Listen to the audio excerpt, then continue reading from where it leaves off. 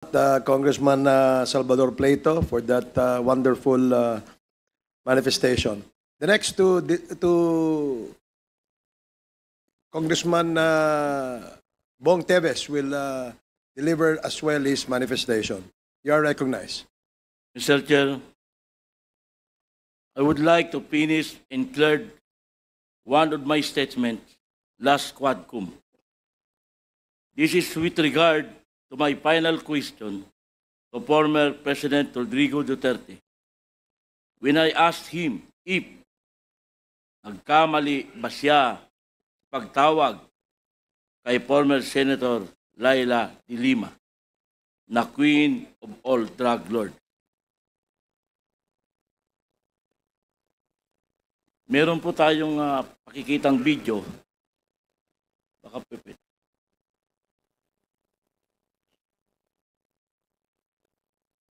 If you may recall, Mr. Chairman, former President Duterte asked me kung saan daw galing yung sinabi niya na yun.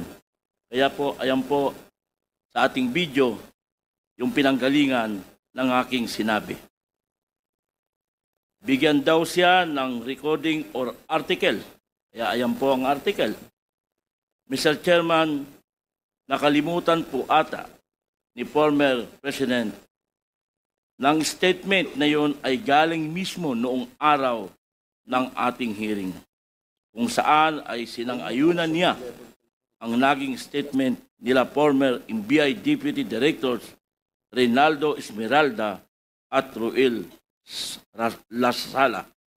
At ang sabi niya, I would like to congratulate them for making that statement, kung saan tinawag nila na si former Senator de Lima na Queen of all drug lords. Yan po ang tugon ni former President Duterte. Mr. Chair, nang tanungin siya kung naniniwala ba siya na si Senator de Lima na ang Queen of all drug lords. Thank you, Mr. President. Thank you. Pwede ko itong ibigay sa inyo. Thank you, Congressman Teves. Please, Comsec, please